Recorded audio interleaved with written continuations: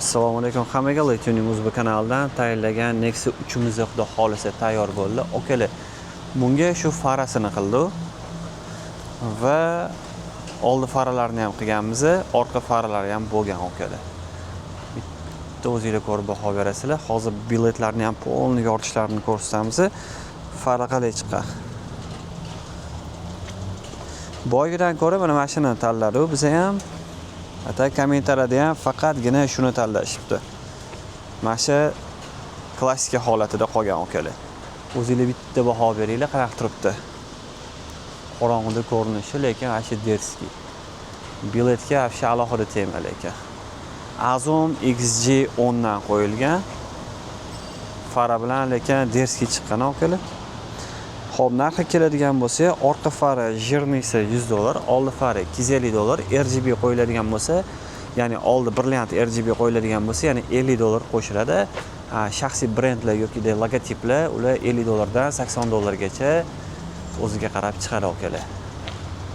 Menga bitta o'zingizlar baho berasizlar. Tak, oldi farani ko'ramiz. Oldi faramiz xudo xolisa Ashya tinov chiqqan. Uni ham obzorni ko'rsatmasam bo'lmaydi, lekin orqa fara alohida bir tema bo'lyapti. Tak, oldi faraga o'tadigan bo'lsak, yoritishi mushni bo'ladi, холодный. Obyomi katta bo'ladi. Ahamiyat bersanglar, mana oldidan yoritadi okalar. Ya'ni mashinani oldi qismidan yoritadi. Buni tepadan ko'rsatdik. Kapot yaqinidan yoritadi. Tumanka ham mashinaga qo'yilgan okalar. Tak, mashinamiz ideal holatda. Lekin hali salonlari, akvaprintlari tayyor bo'lmadi. Tak, blижнийni o'chiramiz. Tumanka. Tumanka ahamiyat berasizlar. Tekis liniya bo'lib turibdi. Obyomlari zo'r. Mana bu yerda liniyalari ham bir xil bo'lib turibdi. Bu boya qanaqa nastroyka bo'ladi so'rashuvda, bu nastroykasi обычный tumankani o'zini qanaqa nastroyka qilsanglar, xuddi shunaqa nastroyka bo'ladi. Mana bu tumankani o'zi yoritish okalar. Tumankani o'zida yursa bo'ladigan darajada bo'lyapti.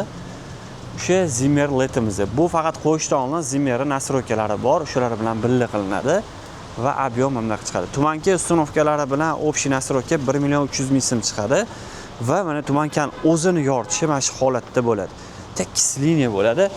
Bunda biza mana bunaqa holatda mashinada yursak bo'ladi okalar. Bitta ko'rib o'zingizlar baho berasizlar. Xo'p, rangini xohlagan rangida qo'yib olsak bo'ladi. Hozir shu rang o'zgartiradiganiga qo'yib qo'yganmiz. Uni rangini o'zgartirib olsak bo'ladi okalar. Hozir telefon syomka qotganimiz uchun o'zgartira olmayapmiz.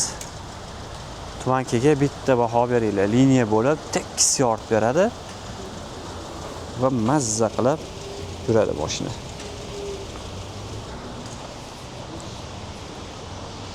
Nima deysizlar okalar? Tumanka qanaqa chiqqan?